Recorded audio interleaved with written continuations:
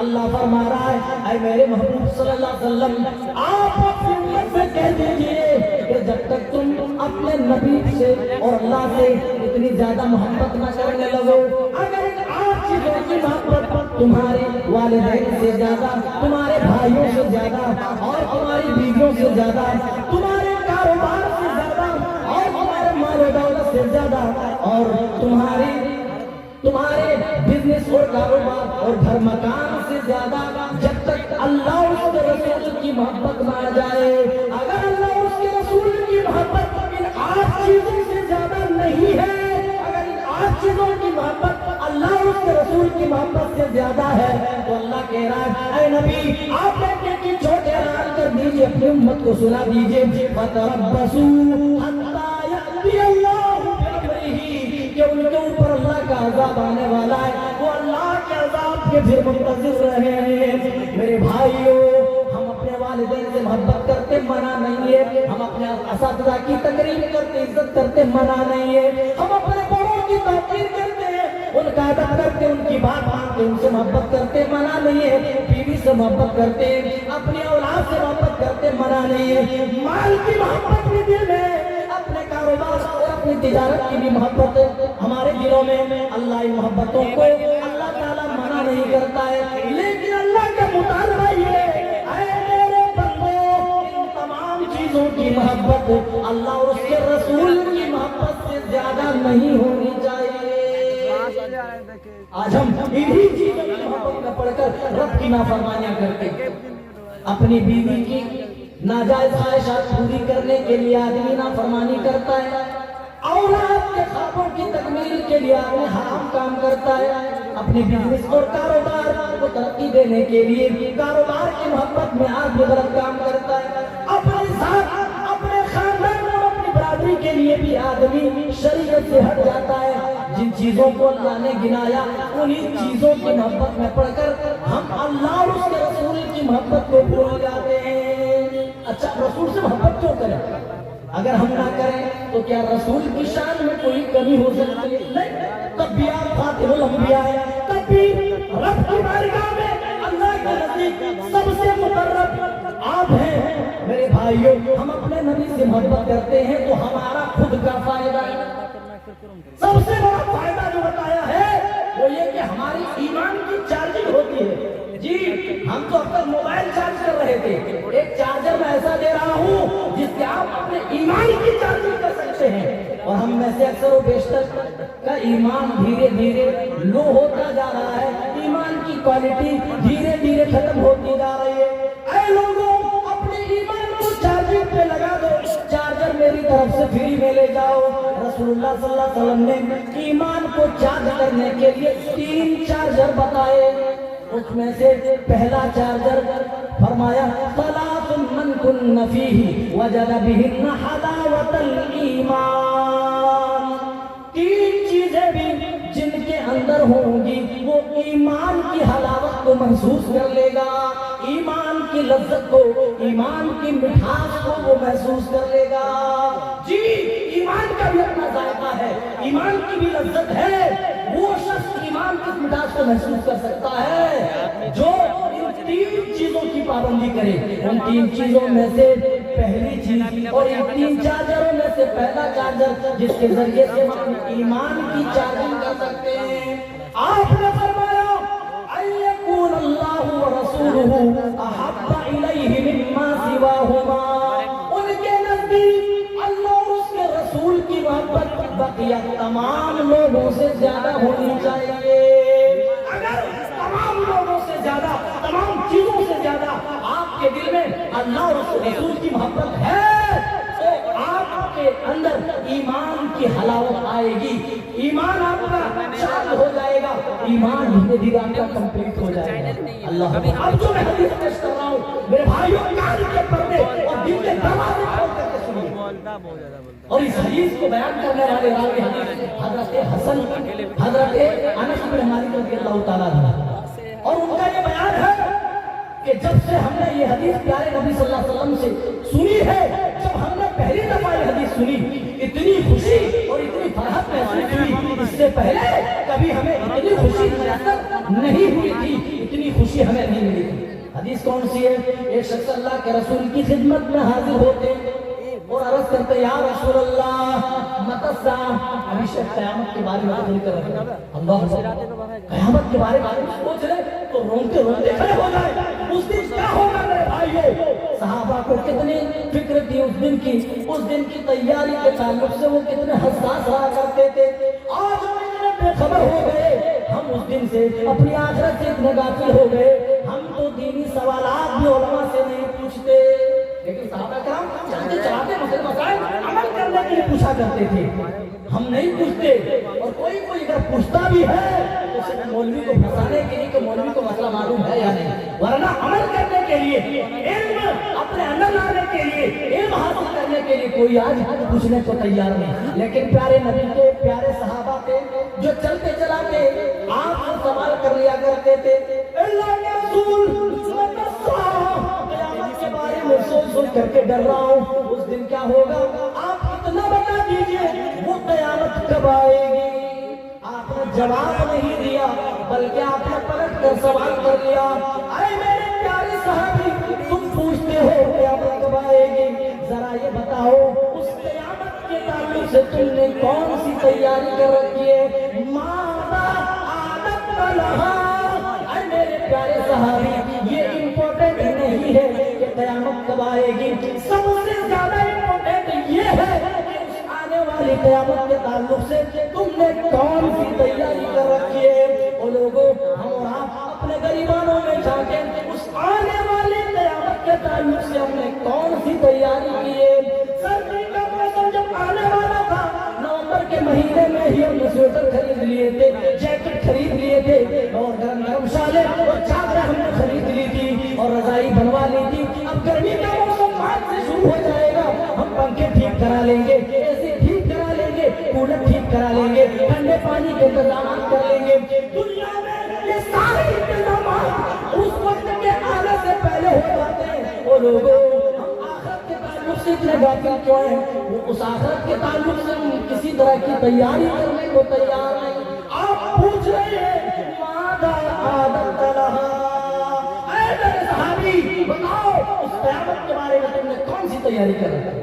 کیا جواب دیتے ہیں؟ اے لوگوں رسول سے سچی محبت کرنا سیکھو، فائدہ دیکھیں کتنا بڑا ہوگا۔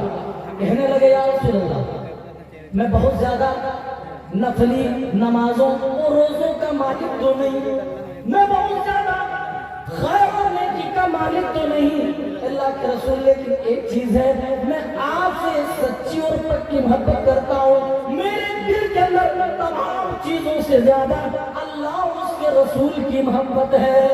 آپ نے کیا جواب دیا؟ کہا تب پھر فکر مت کرو، انت مع من احببت، اے میرے ساتھی کیونکہ قیامت کے دن جو جس سے محبت کرتا ہے دنیا میں اسی کے ساتھ قیامت کے دن اٹھایا جائے گا۔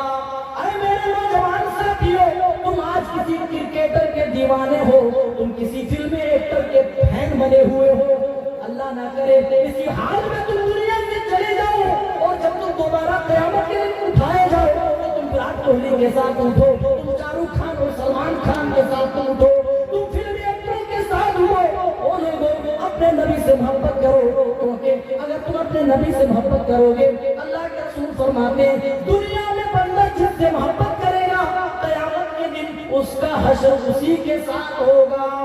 آپ نے اس صحابی کو یہی سمجھایا انت مع من احببت، تو جس سے دنیا میں محبت کرتا ہے فکر مت کرو، تم اپنے نبی سے پیار کرتے ہو، اپنے نبی سے محبت کرتے ہو تو تم قیامت کے دن اپنے نبی کے ساتھ اٹھائے جاؤ گے۔ چاہتے ہو تمہارا حشر فلموں کے ساتھ نہ ہو کر تمہارے نبی کے ساتھ ہو تو نبی کی سچی محبت دل میں پیدا کرو، اور سچی محبت نبی کی پیدا ہونے کی علامت اور دلیل یہ ہے کہ آدمی نبی کی ایک ایک بات کو فالو کرے، نبی کی ایک ایک بات کی اتباع و پیروی کرے۔ جب نبی کی بات آ جائے سر تسلیم خم کر لے۔ اسی چیز کا اعلان تو رب ذوالجلال کر رہا ہے فَلَا وَرَبِّكَ لَا يُؤْمِنُونَ حَتَّى يُحَكِّمُوكَ فِي مَا شَجَرَ بَيْنَهُمْ۔ اے میرے نبی، میرے رب کی قسم ہے یہ لوگ مومن نہیں ہو سکتے جب تک اپنے تمام معاملات میں آپ کو حاکم نہ مان لیں، آپ کو فیصل نہ مان لیں، آپ کو جج نہ مان لیں، اور ایک جج کی حیثیت سے جب آپ کسی چیز پر فیصلہ کر دے جب تک اس فیصلے کو یہ شرح صدر کے ساتھ مکمل اطمینان کے ساتھ بلا چون چرا یہ تسلیم نہ کر لے، مان نہ لے، اے میرے محبوب تیرے رب کی قسم ہے یہ مومن نہیں ہو سکتے۔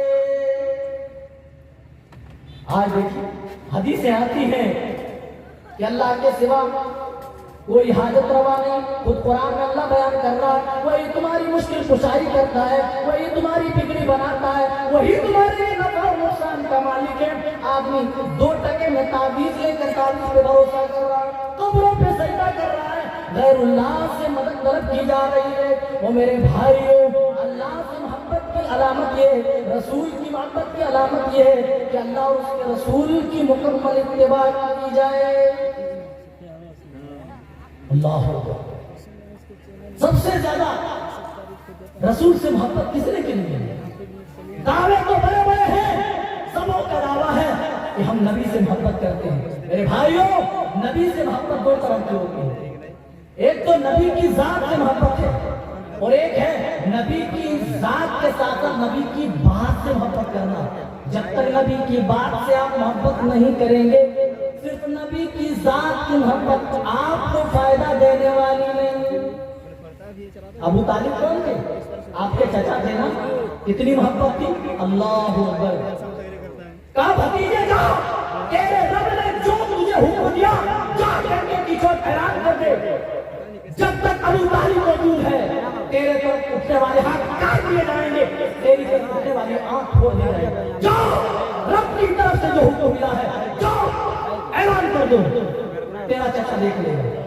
اللہ اکبر، اتنی محبت بھتیجے سے، لیکن یہ محبت ابو طالب کو فائدہ پہنچائی نہیں، کیونکہ ابو طالب نے نبی کی ذات سے تو محبت کی لیکن نبی کی بات سے محبت نہیں کی۔ انتقال کا وقت تھا، پیارے نبی آئے اور کہنے لگے اے میرے چچا آپ نے زندگی بھر میرا ساتھ دیا ہے، آپ نے میری مدد کی ہے، آپ میرا سپورٹر بنے رہے، اے میرے چچا آخری وقت میں کلمہ پڑھ دیجئے، میرے کان میں ہی پڑھ دیجئے، وحاج لک عند اللہ یوم القیامہ، تاکہ قیامت کے دن تمہاری سفارش کر سکوں۔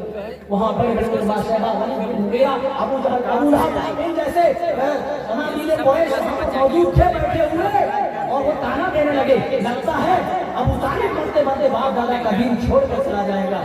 تو ابو طالب نے کہا میرے بھتیجے یہ تو برداشت ہے کہ مرنے کے بعد مجھے نام ملے، آج ملے، لیکن یہ برداشت نہیں کہ میرے مر جانے کے بعد میرے قبیلے اور میرے خاندان والے تانا دیں کہ ابو طالب مرتے مرتے باپ دادا کا دین چھوڑ کے چلا گیا اور اپنے بھتیجے کا دین قبول کر لیا۔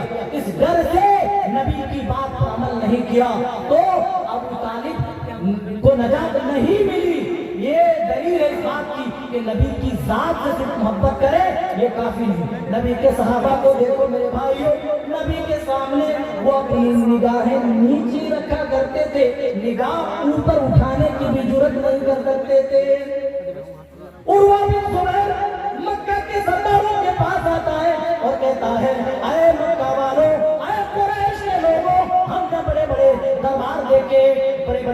مکہ میں سفر کر چکا ہوں، بڑی بڑی سلطنتیں دیکھی ہیں، میں قیصر و کسریٰ بھی میں دیکھ چکا ہوں، ان کے درباری اور ان کے حواری اپنے بادشاہ اور اپنے حاکم کا اتنا سمان نہیں کرتے، اتنی محبت نہیں کرتے، اتنی عزت نہیں کرتے جتنی عزت محمد رسول اللہ کے صحابہ اپنے نبی محمد سے کرتے ہیں۔ ان کی محبت کا تو یہ حال ہے، جب وضو کرتے ہیں تو وضو کا بچا ہوا پانی لینے کے لیے آپس میں لڑا کرتے ہیں، جب وہ تھوکتے ہیں اس سے پہلے کہ زمین پہ وہ تھوک گرے کسی نہ کسی صحابی کے ہاتھ میں تھوکا جاتا ہے اور وہ اپنے جسموں پر مرنے لگتے ہیں۔ وہ لوگوں نبی سے اس قدر صحابہ نے محبت کی، زید بن اسلم رضی اللہ تعالیٰ عنہ کو سولی پہ چڑھایا جا رہا ہے اور ابو لہب آ کر کے پوچھ رہا ہے، اے زید ذرا یہ بتاؤ، میں اللہ کی قسم کھا کر تم سے ایک سوال پوچھتا ہوں، یہ کہ تمہاری جگہ اگر تمہارے نبی کو، اگر محمد کو سولی پہ چڑھا دیا جائے تو کیا ہوگا؟ کہا تم میرے نبی کی بات کرتے ہو، واللہ لا احب ان یکون وتصیبہ شوکۃ تؤذی، میں تو یہ بھی گوارا نہیں کروں گا کہ آپ اپنے گھر میں ہو، میں بھی اپنے گھر میں اپنی فیملی کے ساتھ ہوں اور میرے نبی کے پیر میں ایک کانٹا بھی چبھے، میرے نبی اس کانٹے کی چبھن کو بھی محسوس کرے۔ اے ابو لہب تم پھانسی کی کیا بات کرتے ہو؟ میں نبی کے پیر میں چبھنے والا کانٹا اور اس کی چبھن کو بھی برداشت نہیں کر سکتا۔ یہ صحابہ کی محبت تھی۔ ایک شخص آئے، اللہ کے رسول صلی اللہ علیہ وسلم دیکھا، وہ سونے کی انگوٹھی پہنے ہوئے، سونے کی انگوٹھی، من ذہب، سونے کی انگوٹھی آپ نے پہلے کے ہاتھ میں دیکھا تو آپ نے ایسے غصے میں انگوٹھی نکالی، زمین پر پٹک دی۔ جب آپ غصہ ہوتے تھے آنکھیں سرخ ہو جاتی تھی، آپ نے آنکھیں سرخ کر لی اور ہاتھ سے انگوٹھی نکال کر کے زمین پر پٹک دی اور کہا کہ بعض دفعہ آدمی جان بوجھ کر اپنے ہاتھوں میں آگ کے انگارے لے لیتا ہے۔ میرے بھائی کو سونا مرد کے لیے کیا ہے؟ حرام ہے۔ سونا یہ نیند والا سونا نہیں، سونا چاندی والا مرد کے لیے جائز نہیں ہے، دنیا میں استعمال نہیں کر سکتے، البتہ جب وہ جنت میں جائیں گے اللہ سونے چاندی کے ایسے سے کنگن پہنائے جائیں گے جیسے پرانے زمانے کے بادشاہ پہنا کرتے تھے، سونے کے بڑے بڑے کنگن، اور ان کنگنوں میں لگنے والا ایک ہیرا اتنا قیمتی۔ ہم دنیا میں مشہور ہو گئے اور اس میں اپنا ایمان ہم دھو کر کے پی گئے۔ میرے بھائیو جنت کے لیے کوششیں کرو، جنت میں جاؤ گے جو کنگن اللہ تعالیٰ پہنائے گا، جانتے اس میں لگنے والے ایک موتی اتنی قیمتی، اتنا قیمتی دنیا وما فیہا سے ہوتا ہے۔ جی دنیا میں ظاہر کر دیا جائے تو سورج کی روشنی ایسے ہی مان پڑ جائے گی جیسے سورج کے نکل جانے کے بعد ستاروں کی روشنی مان پڑ جاتی ہے۔